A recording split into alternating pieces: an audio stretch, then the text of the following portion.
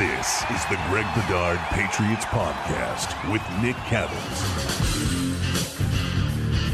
This episode, as always, brought to you by PrizePicks, largest daily fantasy sports platform in North America. Download the app today. Use code CLNS for a first deposit. Match up to $100. And also take the guesswork out of buying NBA tickets with GameTime. If you're looking for C's tickets, download the GameTime app, create an account, use that code CLNS for $20 off your first purchase. Last-minute tickets, lowest price, guaranteed. All right, Greg, let's talk about rookie minicamp. And just your view, let's start here. Your view from 30,000 feet, your general impressions, what you saw on Saturday.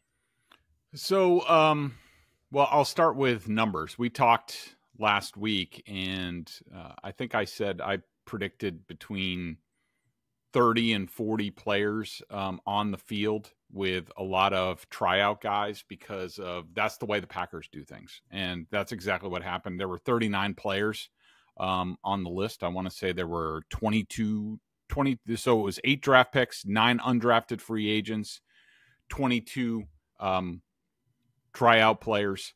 So 39. That's a Packers thing. They basically leave no stone unturned when it comes to looking for talent. And, you know, they'll have tryout guys. We talked about during the regular season, probably Tuesday workouts are going to be a bigger thing for this personnel department. And you could see a lot of churning of the bottom of the roster as the season goes on, where a tryout guy comes in on a Tuesday and he's signed and somebody else is out, and plus with the practice squad, all that stuff. So there were a lot of players on the field.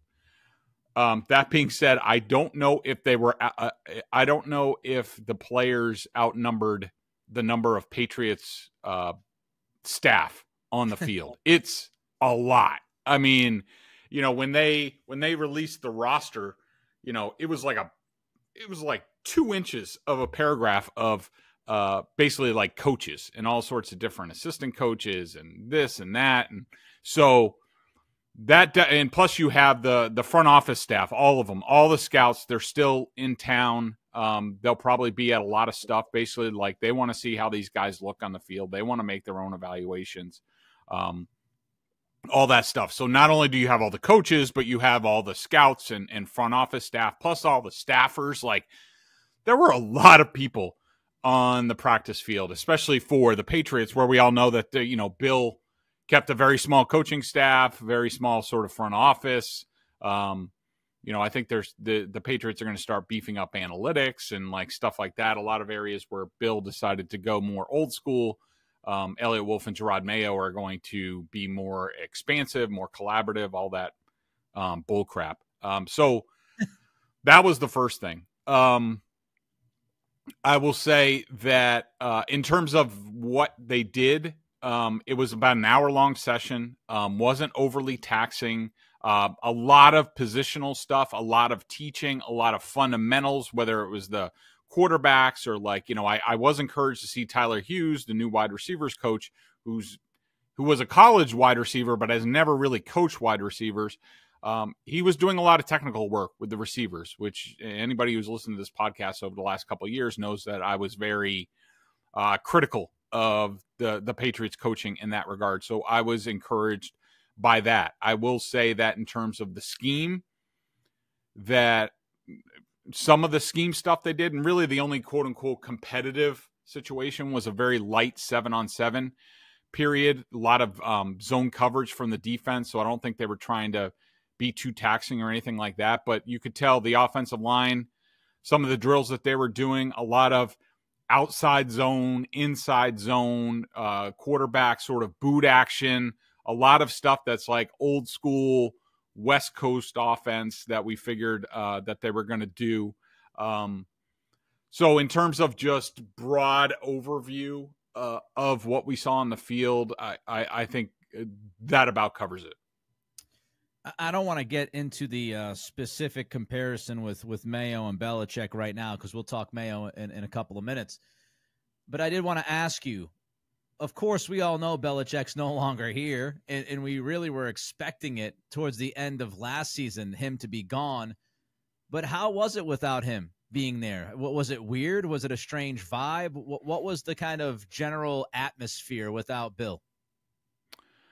I will say it was a lighter atmosphere. Now, it's been a while. That being said, it's been a while since we've been allowed into any sort of rookie practice. It's been a few years. So it's hard to readily compare. But I would say it was definitely lighter. Gerard was making his jokes with the media before practice. When he came up and walked up the stairs, he sort of like mugged for the cameras, and there were some wire photos in that regard. But I don't think that there was a huge difference. I mean, there was a lot of teaching going on. That's no different with rookies under Belichick. I'll just say the biggest difference to me was, and I watched Gerard Maye a lot during this practice because I wanted to see what he was doing, what positions he was concentrating on. And he told us before practice that he was going to sort of float. And this is why he has a big coaching staff. He basically roamed the practice field, didn't really interact with anybody very much. The players, there was at one point right before 7-on-7 where he called those players in, spoke to them briefly. But he just sort of roamed and observed. I don't think that there's anything wrong with that, but just my impression from watching him, I don't think he really knew what he was supposed to be doing. Now, I don't know why he would know what he's supposed to be doing. This is his first time in this sort of role. He was a linebacker as a player. He coached linebackers up until this year when he became head coach. And so this is all sort of a work in progress for him. He admitted, he said, where is the quote? That he's learning just as much. I am learning right alongside these guys. And, at least he's being honest and open. And, but yeah, he's definitely learning on the job for sure. All right, let's go through the picks here, and we'll go player by player. And let me just set this premise to make sure that everybody is aware. I don't think, at least in my own personal opinion, that we're going to draw any grand conclusions from what we saw on Saturday, what Greg saw on Saturday. We have to make sure that we understand the circumstances and the context. This is shorts and T-shirt, not a whole hell of a lot to really learn from. There are certain things you can watch and get, but it's more about the process and how it's going versus what these guys are doing on the field in this very moment. So with that said, we'll go pick by pick, just kind of your assessment of each player and what you saw and how those coaches were handling these guys, Greg. Let's start, of course, with the future of the franchise, Drake Maye. What'd you see? So just basics.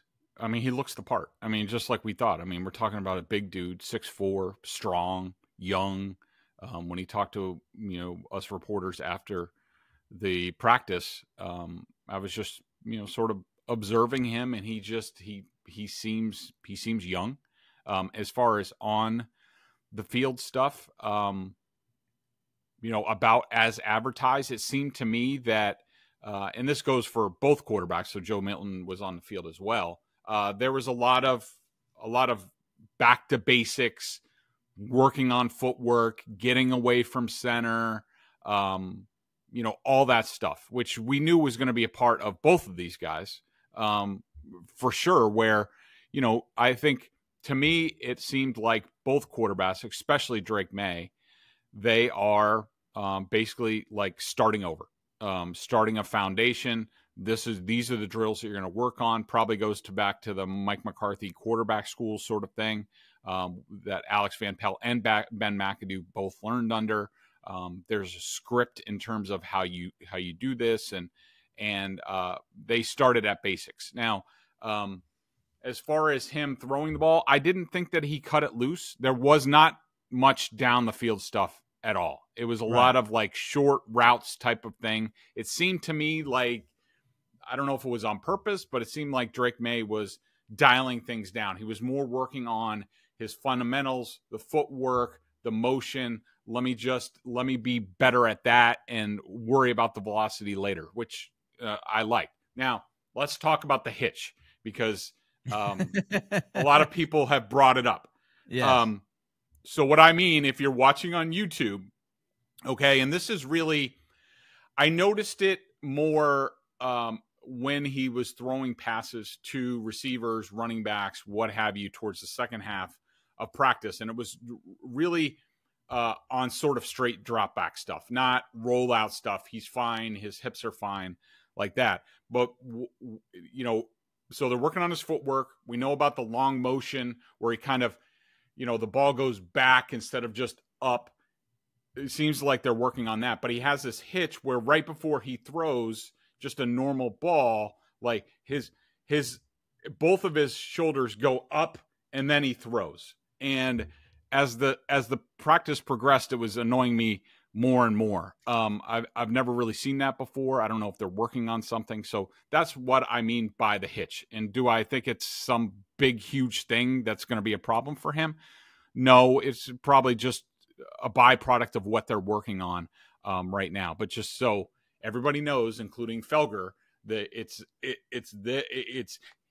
the shoulders go up and then he throws. And so that was annoying me. But, as far as in general, I thought it was all good. He was mostly on target. He was accurate through a good spiral.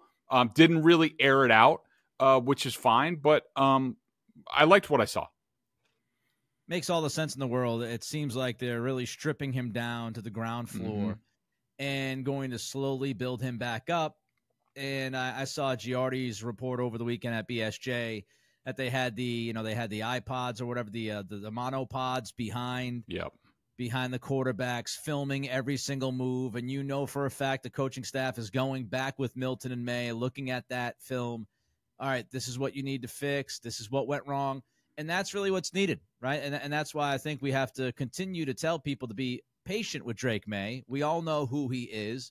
He is far from a polished product, so give him some time. With that said, Greg, Jerod Mayo also mentioned during his meeting with the media that Alex VanPelt will be the lead voice. There was a lot of talk about how many cooks in the kitchen, how many voices will be heard by Drake Maye, but it sounds like, as for right now in camp season, it's going to be VanPelt.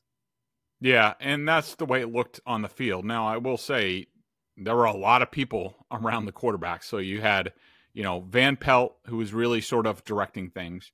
TC and McCartney, was the quarterback's coach, was definitely involved in the hands-on coaching of those guys. I would say VanPelt was more worried about Drake Maye. McCartney was more worried about Joe Milton.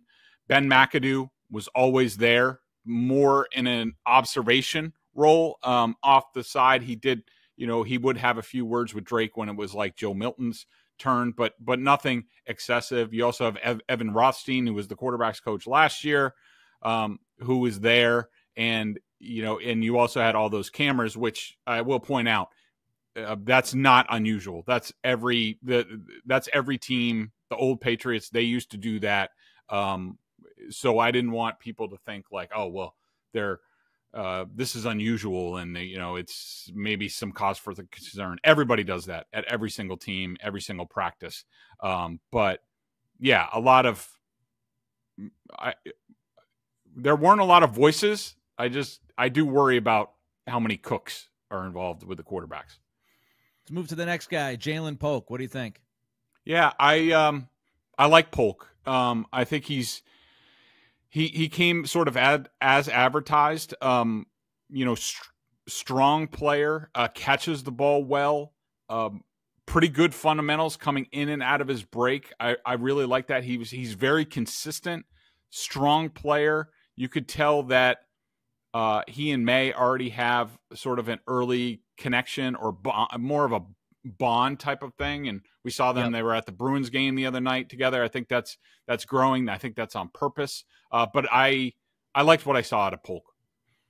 Let's group the offensive linemen together. Of course, we had third-round pick Caden Wallace, and then we had fourth-round pick Layden Robinson. Both guys, Greg, on Saturday on the left side. And I know I don't know which one said it. I think it was Wallace, but said, they've been inseparable, these two offensive linemen, since the draft. Your take on those big guys up front? Yeah, they definitely were the left side and started, so that leads you to believe that they'll get an opportunity to compete at those spots. I like Robinson a little bit more than Wallace. I just think that he's, maybe further along, a little bit more powerful. Of course, he plays guard. Wallace is the left tackle. I didn't love some of his mechanics and some of the zone running stuff. And this is just stuff on air, foot movement, things like that.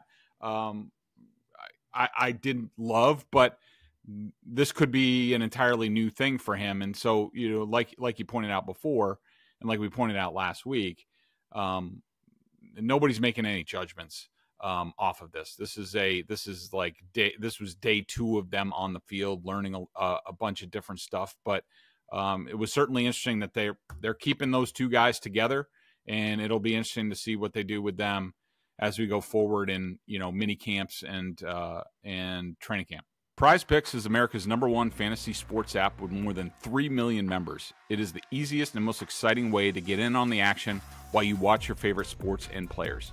You just pick more or less in 2 or more player stats and watch the winnings roll in. Get in on the playoff action and win up to 100 times your money on PrizePicks as you and the world's best players take the game to a new level during basketball and hockey's postseason, which is coming up. I can't wait. I know Nick is going to be freaking geeked up for all that stuff. That's for sure. You can now win up to 100 times your money on PrizePicks with as little as 4 correct picks. You can turn $10 into 1,000 with basketball, hockey, baseball entries today on PrizePicks, America's #1 fantasy sports app. This week on PrizePicks, I'm selecting Jaylen Brown for more than 25 points, David Pastrnak for 2 goals or more, Tyler O'Neill, the big thumper, for 2+ home runs this week, and Kenley Jansen for 2 saves. Download the app today and use code CLNS for a first deposit match up to $100. That's CLNS for a first deposit match up to $100. Pick more, pick less. It's that easy at PrizePicks. All right, we talked about Jalen Polk, 1 receiver down, 1 left to go, and of course, I'm talking about Javon Baker. Yeah, again, a lot of these guys, like the book on them, you saw sort of indications of it on the field. I think the Baker certainly displays some, really nice traits and explosive traits that are possibly there. I will say he's kind of all over the place. Seemed like aggressively trying to catch the ball, maybe trying to make things happen. A couple balls clanged off his hands.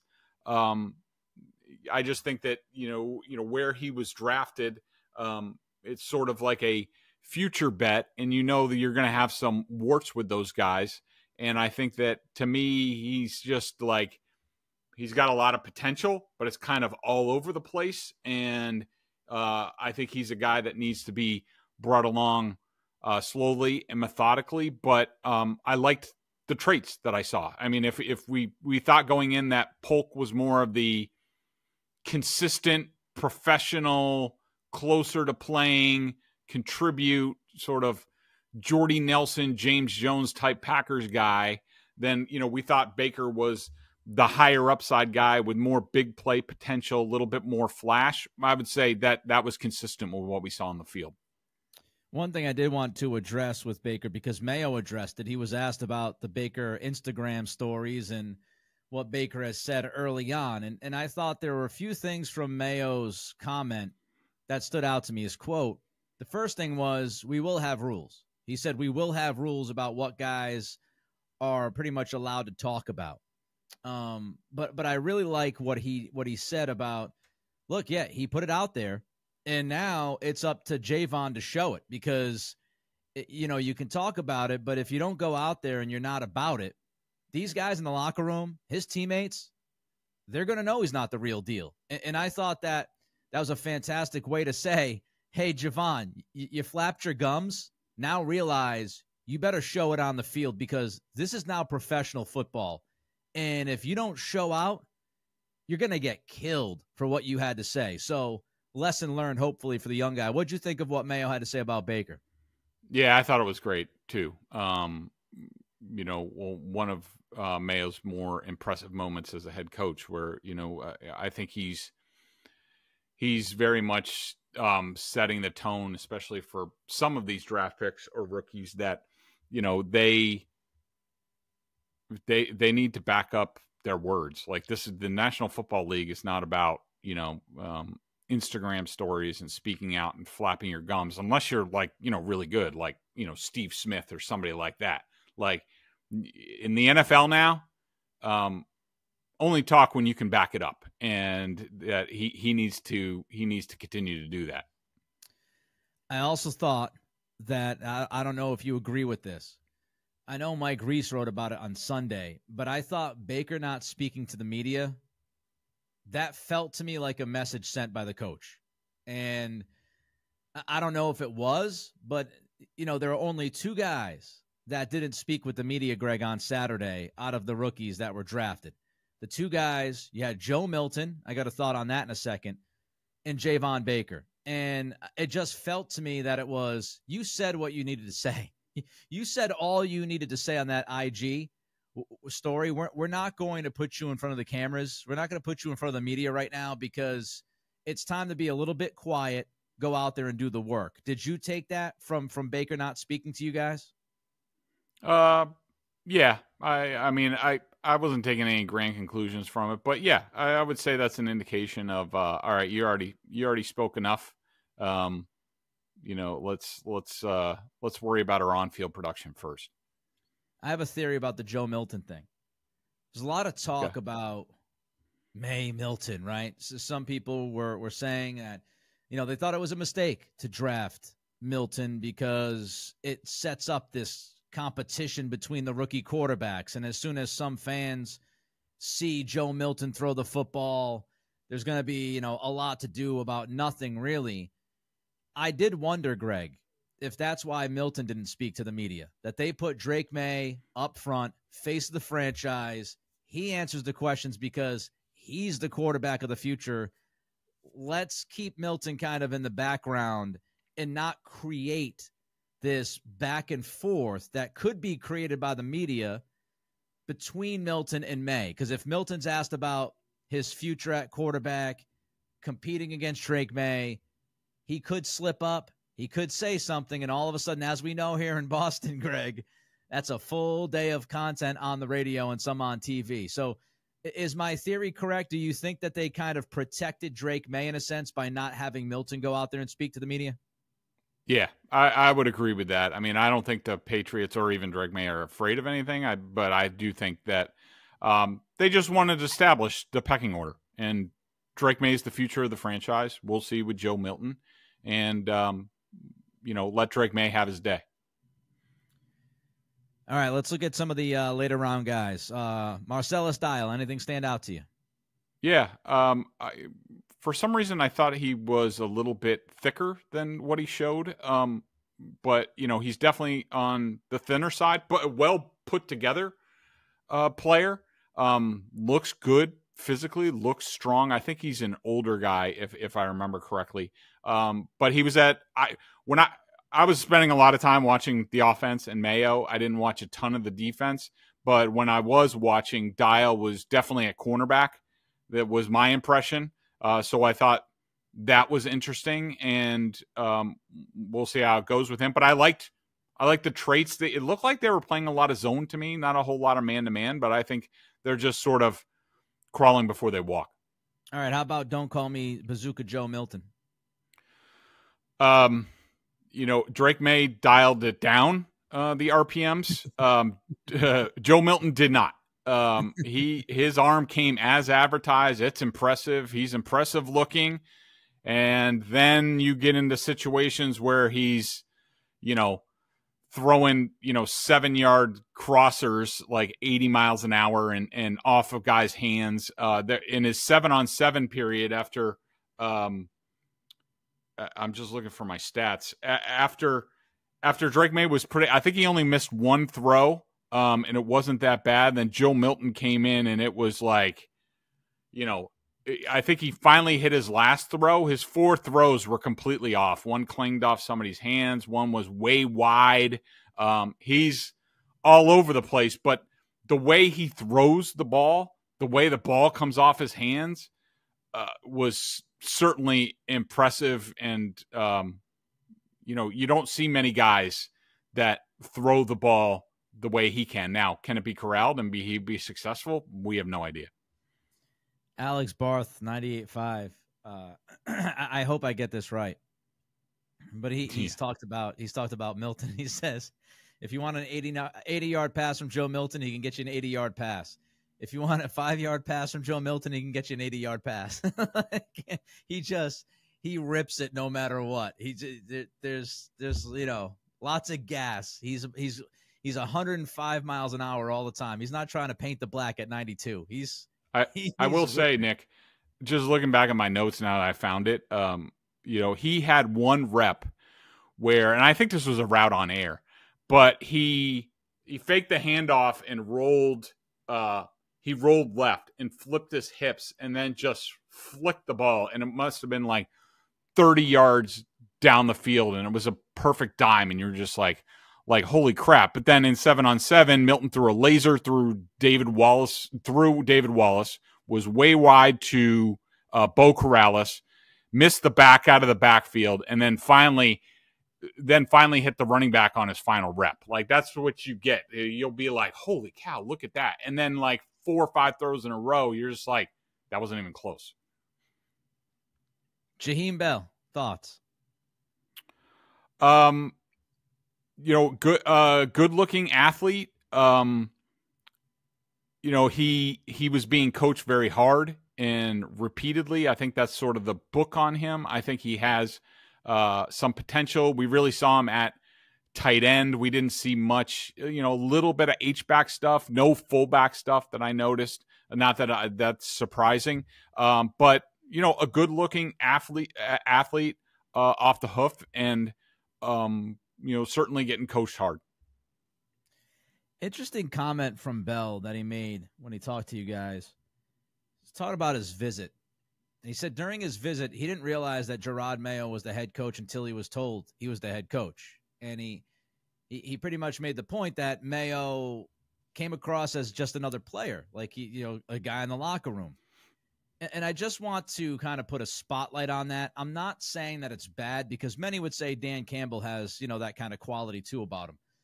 But we have to make sure to keep an eye on that, because, Greg, I don't know if you agree. I would think you do, but there's a balance. And Mayo has to make sure that he's drawing that line of distinction between friend, buddy, teammate, and head coach. And that's why I really liked what he had to say about Javon Baker, because I thought he did draw that line. But it's just something, friendly coach, players coach is fine, but he's got to make sure he keeps the line in mind, correct? Yeah, for sure. I agree. The Celtics have vanquished the Heat and are now on to the Eastern Conference semifinals, where they will have home court advantage again. Who wouldn't want to be at TD Garden to soak in the great atmosphere there? Well, GameTime is an authorized ticket marketplace of the NBA, which makes getting playoff tickets even faster and easier. Prices on the GameTime app actually go down the closer it gets to the tip-off. Killer last-minute deals, all-in prices, views from your seat, and the lowest price guarantee. GameTime takes the guesswork out of buying NBA tickets, and it's super easy. I love the seat view component, Nick. I don't know how you feel about it. I will not buy tickets to any sporting event unless I can get a view on where the seats are going to be. Maybe I have a little Fenway fatigue, but on the app, it says right in there, when you're about to buy those seats, they give you a panoramic view of the seats. I love that component of it. Take the guesswork out of buying NBA tickets with GameTime. Download the GameTime app and create an account, and use code CLNS for $20 off your first purchase. Terms apply. Again, create an account and redeem the code CLNS for $20 off. Download GameTime today. Last minute tickets, lowest price, guaranteed. All right, so we talked about the coaches. We talked about Mayo. Anything you want to add on to the coaches and Mayo at minicamp that you saw, Greg? Trying to think. I don't think so. I mean, it's just I'm going to be very interested watching Mayo going forward. Like I said, my initial impression was I don't really think he knows what he's doing. Not that that's a surprise, but we'll see how it develops from there. One other tidbit of news that came out yesterday: Steve Cargill, director of pro scouting, no longer with the organization. He is out. So interesting note. We expected some turnover, Greg. We've talked about, guys on quote unquote lame duck contracts, and you're looking at a lot of people in the league that are losing jobs. Somebody with the Texans, I forget who it was, but one of the top tier guys in Houston is also gone. So Steve Cargill is out. Just first, your thoughts about Cargill not being a part of this front office anymore. He's been with the Patriots since 2011, so I would deem him a Bill Belichick guy. Yeah, I'm surprised. I've always been impressed with Steve. He has a very good reputation. I'll be interested to see if he gets an opportunity someplace else. One thing I did want to note as far as the personnel department, sort of watching the inner workings there, and a lot of people have questions about Matt Groh and how long is he going to be here. He was definitely on the field. I definitely saw him and Elliott Wolf having a lot of discussions together. So my initial impression just from Saturday's practice was that I don't think Matt Groh is going anywhere, but that obviously could change. Yeah, and I would expect Elliott to get a couple of his people in. That's how this works. He's now, the EVP of player personnel, so I'd imagine he's going to get some of his guys in there. And it'll be interesting to see what they do with Cargill's position. Again, director of pro scouting. I mentioned this on the last podcast. It's weird that Matt Groh's title is now very similar to Elliott Wolf's title. Elliott is EVP of player personnel. Matt Groh is director of player personnel. Do they get rid of that Matt Groh title and make him the director of pro scouting? Cam Williams is another guy that's people seemingly really like. And he's young, but, he's climbing up in positions over the last couple of years. So does Cam Williams get a shot at being the director of pro scouting? Alonzo Highsmith, does he get that title? So it'll be interesting to see who actually slides into what Steve Cargill was doing, whether it's from outside the organization or from within the guys they have right now. All right, so the schedule will be released tomorrow morning. We're recording this on Tuesday afternoon. The schedule will come out at 9 a.m. on Wednesday.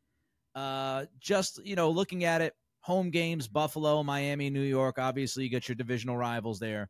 Then you've got Houston at home. You've got Indy at home. You've got the Rams at home. You've got Seattle and the Chargers at home. Greg, let's start with the home games. Yeah, just what are you looking for out of those home games that we see?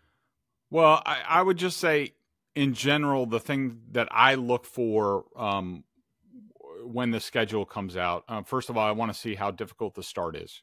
And because I do think this is going to be a work in progress, for this team. It's a new scheme. I always say, basically, when you're putting in a new offensive scheme, and this is like the third scheme in like 4 years for the Patriots, it usually takes until the second half of the season for things to sort of, really hit. So right. I want to see how much the Patriots are going to be buried by that time. Last year, we know that they had a very tough start to the schedule, so that'll be interesting. The other thing that I look for is, how many, what's sort of the breakdown on the short weeks to longer prep time between the Patriots and their opponents each week. The NFL tries to keep it pretty even, but that's not the way it often works out. Obviously, where does the Thursday game fall? Where does the bye week? And the other thing that I think is interesting, Nick, is the Patriots have 2 West Coast away games, Arizona and San Francisco. Did the Patriots petition the NFL to have both of those weeks back to back so they can stay out there, team bonding, all that stuff, or are they going to have to go back and forth from the West Coast twice during the same year, which is a little bit rough?